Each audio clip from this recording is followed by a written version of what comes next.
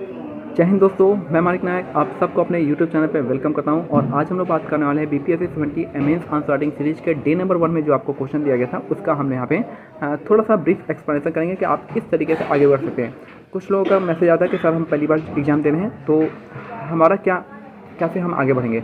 तो मैं वही बताया कि आपके लिए एक वीडियो बना दूंगा जिसमें आपको कुछ जो इंपॉर्टेंट एलिमेंट होंगे उनको आपको रखना ही रखना होगा। इसके अलावा जो है आपको इन पॉइंट्स को आपको अपने आंसर में बनाना होगा सो डेट आप अपने तरीके से आगे बढ़ सकेंगे। इसके बाद मैं क्या करूँगा कि जो भी आंसर लोग आंसर सबमिट करेंगे उसका एक जो भी इंग्लिश का बेस्ट आंसर होगा, जो भी हिंदी का बेस्ट आंसर होगा, मैं आपको अपने व्हाट्सएप ग्रुप पे वहाँ पे सेंड कर दूँगा जो लोग वहाँ पे सबमिट करेंगे। ठीक है, तो चलिए स्टार्ट करते हैं अपने पहले क्वेश्चन से। पहला क्वेश्चन जो था आपका मॉडर्न आर्ट का था डे नंबर 1 में। इसमें आपको बताना होगा मॉडर्न आर्ट में कि मौर्य का जो आपका पीरियड है वो कौन सा है, किसने डायनेस्टी को फाउंड किया था, और फिर उसके बाद में आप आर्ट का क्लासिफिकेशन बताएंगे कि दो टाइप का आर्ट था। पहला आपका कोर्ट आर्ट था, दूसरा आपका पॉपुलर आर्ट था। कोर्ट आर्ट जो कोर्ट में होता था और दूसरा पॉपुलर जो इंडिविजुअल इनिशिएटिव होता था। बताएंगे इसके बारे में क्या है। तो कोर्ट आर्ट में आपका तीन टाइप का आएगा, पैलेस, पिलर, स्तूप। ये तो सबको पता है, आपको डायग्राम के साथ ही ये सब चीज़ को बनाना पड़ेगा। तो पैलेस, पिलर, स्तूप। पैलेस के बारे में बताएंगे कि पैलेस कहाँ पे था, कुमरान में था, पता होगा। दूसरा है इस पर क्या फॉरेन इन्फ्लुएंस था, इसका क्या फॉरेन इन्फ्लुएंस था। और तीसरा बताएंगे आपका ये मटेरियल कौन सा यूज हुआ था।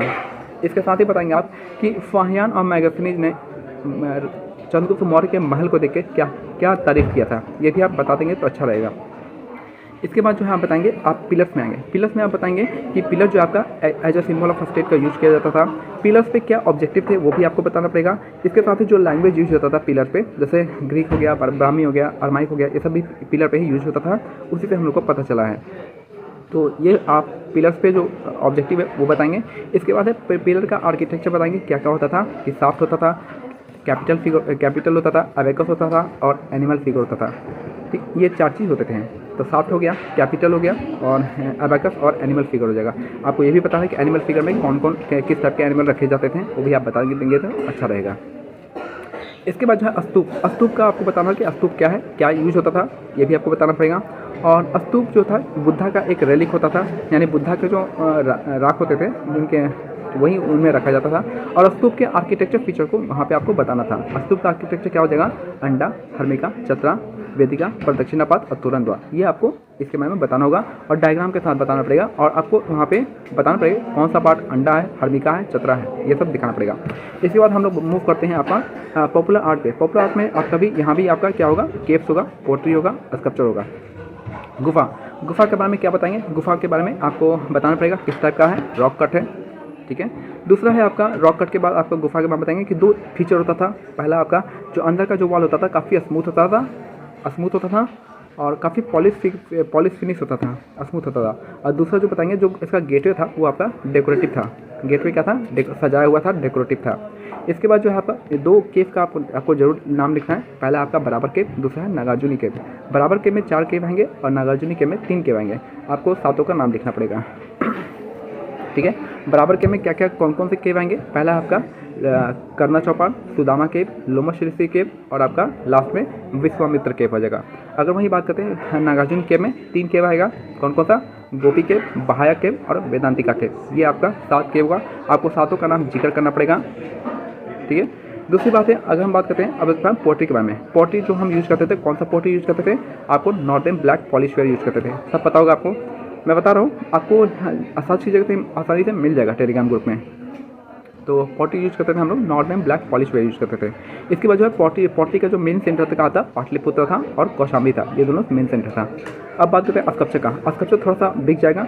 यहाँ पे आपको याक्ष और याक्षिनी के बारे में बताना पड़ेगा कि याक्षिनी क्या थे, मेन इंपॉर्टेंट स्कल्पचर थे। और ये जो थे आपका ये ऑब्जेक्ट ऑफ वर्शिप थे। ऑब्जेक्ट ऑफ वर्शिप मतलब इसके हम लोग पूजा करते थे। ये 3 फॉर्म में था, बुद्धिज्म, याक्षिनी बुद्धिज्म के फॉर्म में था, हिंदुइज्म के भी फॉर्म में था और आपका जैनिज्म के फॉर्म में था। बुद्धिज्म के फॉर्म में इसको याक्षिनी को बुद्धा माना गया है, ये बुद्धा का ही रूप है। इसके बाद जो है आपका इसके बाद जो है ऑब्जेक्ट ऑफ वर्शिप, तो तीनों रिलीजन से संबंधित था। इसके बाद जो है आपका यहाँ पे दो न्यूड स्टैचू मिला है जैन सेंट का, वो भी जैन स्टाइल में, कहाँ से, लोहानीपुर पटना से, ये भी आपको जिक्र करना पड़ेगा।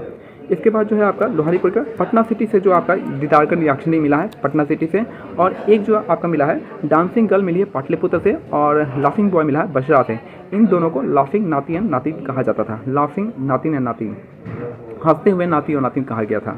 ठीक है, तो ये था। बाकी इसके बाद जो है आपका मॉडर्न आर्ट पे बुद्धिज़्म का क्या इम्पैक्ट रहा है ये आपको बताना पड़ेगा, और साथ में जो है फॉरेन इन्फ्लुएंस कैसा रहा है ये भी आपको बताना पड़ेगा।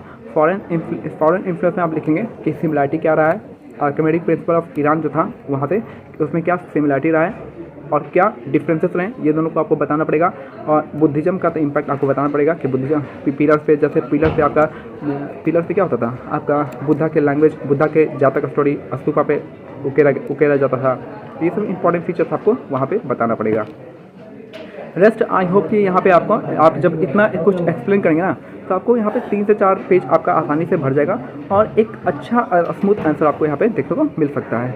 ठीक है, तो ठीक है, बाकी जो होगा मैं कोशिश करूँगा जो भी बेस्ट आंसर होगा आपको वहाँ पे मैं आपको प्रोवाइड कर दूँगा। ठीक है, तो मिलते हैं अगले वीडियो में। बाकी आपको कैसा लगा, थोड़ा इंग्लिश में ज़्यादा हो गया, लेकिन आप लिखिएगा तो आपको आसानी से समझ में आ जाएगा, आप देखोगे तो।